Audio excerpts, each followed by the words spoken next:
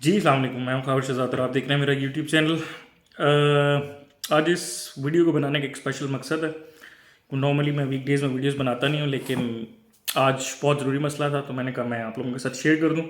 और सबसे पहले तो थैंक यू उस भाई का जिसने मुझे अलाउ किया कि मैं उसका ये लेटर सबके साथ शेयर कर सकूँ और सबकी हेल्प हो सके, ताकि ये रिगार्डिंग है फाइनेंशियल स्टेटमेंट के या फाइनेंशियल जो भी अपना bank statement, financial statement, proof of source of income और ये वो जो भी आप अपलोड करते हैं, क्योंकि इस भाई को उन्होंने मतलब क्लोज टू उसको कर दिया है कि जी वी डोंट एक्सेप्ट जो आपने सबमिट किया है, तो आप और एविडेंस सबमिट करें। और उसको 14 डेज़ का टाइम दिया है। मतलब उसने कहा कि हम इस तरह प्रूव नहीं कर सकते आपका रेजिडेंस परमिट। अब इस लेटर में क्या है गिवन, इस लेटर में मेरे पास उसकी कॉपी है, मैं इस वीडियो के एंड पे अटैच कर दूंगा। और अगर किसी को ओरिजिनल चाहिए, इंग्लिश ट्रांसलेशन है, अगर किसी को इंग्लिश चाहिए तो वो मुझे बता दे, मतलब ओरिजिनल जर्मन में है। अगर किसी को चाहिए, वैसे सफ नो नीड, अगर किसी को चाहिए कोई देखना चाहता है तो मैं उसको दिखा सकता हूँ वो भी। तो यहाँ पे इस भाई ने बैंक स्टेटमेंट शो की थी 30 लाख से ऊपर की, ठीक है, 30 लाख से ऊपर की बैंक स्टेटमेंट थी। फिर भी इसको उन्होंने एज अ रिफ्यूज़ल केस में डिस्कस किया है। मतलब अभी रिफ्यूज़ल फुल नहीं दिया, 14 डेज उसको दिए, लेकिन काइंड ऑफ रिफ्यूज़ल दिया। अब इसमें जो उन्होंने पॉइंट्स मेंशन किए हैं, उन्होंने कहा जी, जो मेरे लिए भी बहुत सरप्राइजिंग थे, जो पहली दफ़ा उन्होंने किसी के साथ इस किस्म की बात की, उन्होंने कहा जी in principle according to the guidelines 2022 of the Settlement and Residence Act for the academic year of a foreign student over 25 years of age, euro 12,365.88, which is equivalent to euro 1,030.49 per month, is required to cover daily living expenses during studies, or the existence of this amount must also be proven accordingly. मतलब ये 1,000 euro per month का मतलब यही है, मतलब 12,000 euro multiply by वही 200 something, ये बनता 30 लाख ही है। That is no problem. जहां पर उन्होंने प्रॉब्लम क्रिएट की, इसके बाद उन्होंने नीचे लिखा है insufficient evidence was submitted by you as a proof of financial resources. जो उसका प्रूफ था वो प्रॉपर नहीं था। Only a bank statement dated 19/8/2022 of फला फला bank with the account balance of 30 lakh approx 14,000 euro was submitted, whereby the account was opened only in March 2022। मतलब जो बैंक अकाउंट है आपका वो इसी साल खुला है।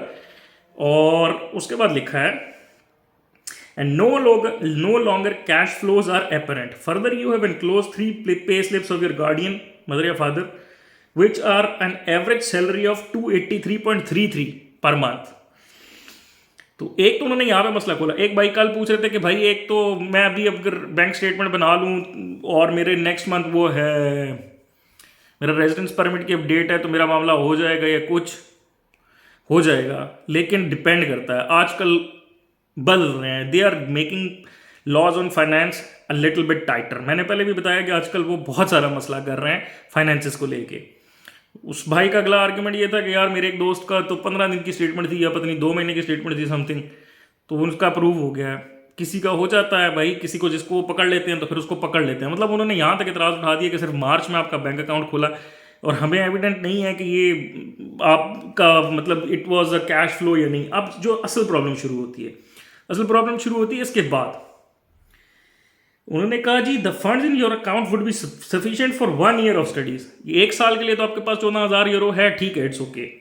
But you are asked how you intend to finance the following year of studies. लेकिन आप अगले साल को कैसे फाइनेंस करोगे वो हमें नहीं पता, ठीक है। अब इसके बाद एक और चीज़ यहाँ पे आगे मैं डिस्कस करता हूँ। जो भाई कहते हैं जी हम फाइनेंसर से ले रहे हैं और हम शो कर देंगे जी लैंड की कुछ आगे पीछे ये वो सब मामला, तो अब उनके लिए आगे मामला।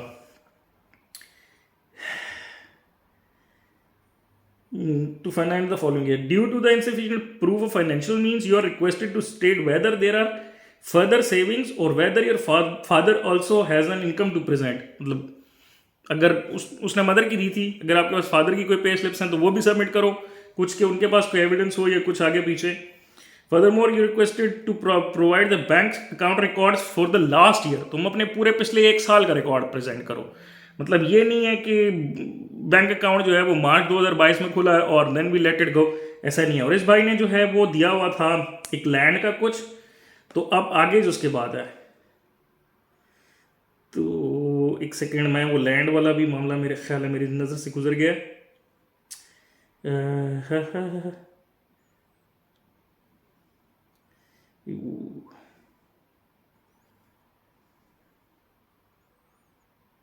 हाँ, उसके बाद अगला जी, अब सॉरी मैंने 2-3 सेकंड ले लिया। उसने कहा जी इसके अलावा अपनी मदर के अकाउंट की भी बैंक स्टेटमेंट भेजो जिसमें आपने हमें बताया कि लैंड की सेल से उसमें पैसे आए हैं, वो ट्रेस भी हमें दो कि वहाँ से जब आपने लैंड सेल की या जो भी लैंड सेल की वो लैंड सेल के पैसे आपके अकाउंट में जब आए तो हमें उसकी भी ट्रेस चाहिए।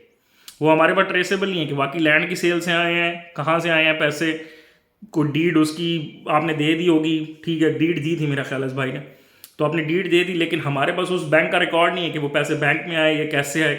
तो मतलब उन्होंने इस पर भी इतराज़ उठा दिया। अब उन्होंने उसको 14 दिन दिए हैं। You must provide evidence that you are financial you are sufficient you have sufficient financial resources and your stay could not lead to any financial burden on a local authority. यहाँ पे उससे एविडेंस मांगा गया कि अपने अगले साल का एविडेंस दो। एक साल की तो आपने सारा कुछ सबमिट करा दी, 14,000 की स्टेटमेंट इज ओके, आप सबमिट कराओ कि अगले साल के लिए आप कैसे फाइनेंस करोगे, क्योंकि आपकी मदर ने आपको जो लैंड जो उनके पास थी वो उन्होंने सेल करके आपको पैसे दे दिए, वो आपके एक साल का खर्चा बन गया, ठीक है। और उनकी जो सैलरी स्लिप्स हैं वो 283 यूरोज अ मंथ बनती हैं, हमें 1000 यूरो से ऊपर चाहिए अ मंथ, तो आप अपना अगला साल कैसे फाइनेंस करोगे, उसके लिए हमें एविडेंस दो कुछ एक तो। दूसरा जो आप कह रहे हो कि आपने लैंड सेल करके ये पैसे अपने अकाउंट में डाले हैं, आपकी मदर ने आपको दिए हैं, जिस भी गार्डियन ने दिए हैं, जिन्होंने आपको पैसे दिए हैं आपके अकाउंट में, तो आप मतलब उनका भी ट्रेस दो हमें कि वो ट्रेस कहाँ से आया। क्योंकि आजकल बहुत सारे भाई कहते हैं कि हम फाइनेंसर से उठा लेंगे पैसे और फाइनेंसर से उठा के हम अपने अकाउंट में रख देंगे, ये कर देंगे और वैसे कर देंगे। तो भैया मामलात ज़रा मुश्किल होते जा रहे हैं फाइनेंशियल के हवाले से, और अपने आप को ना मुसीबत में मत डालो। और इसको इस भाई को 14 दिन उन्होंने दिए, और 14 दिन में उन्होंने कहा जी कि आप हमें जो है ना ट्रेसेबल रिकॉर्ड दो सारा, कि अपने जो लैंड सेल की है उसके पैसे किस अकाउंट में आए आपकी मदर के पास, और उस अकाउंट से कैसे आपके अकाउंट में आए नॉल सारा कुछ, वो ट्रेस एक तो यहाँ पे उन्होंने मांगी है।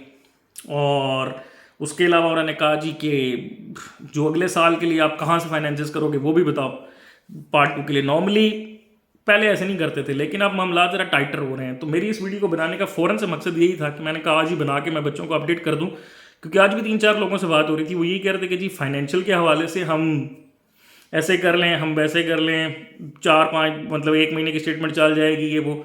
उनको मार्च 2022 के बैंक अकाउंट पे भी इतराज़ है कि सिर्फ ये अकाउंट मार्च 2022 में खोला, इसके पीछे इसकी क्या ट्रेस है, आगे क्या ट्रेस है, कोई ट्रेस नहीं है, कोई ऊपर नीचे का कोई मामला ऐसा वैसा नहीं है कि कैसे ये मामला हो रहे हैं।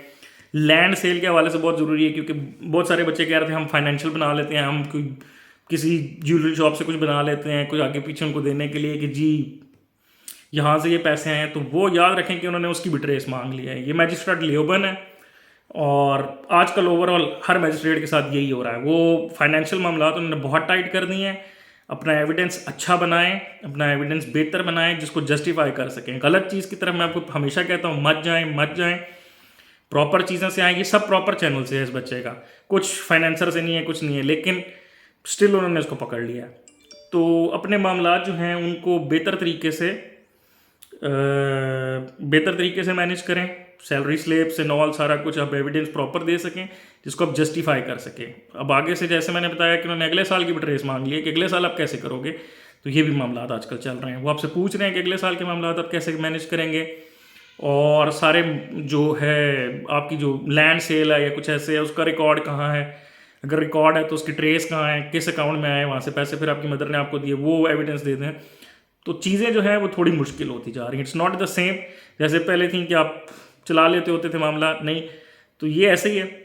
तो I wish you all the best. सब लोग जो भी करें अच्छे तरीके से करें, बेहतर तरीके से करें।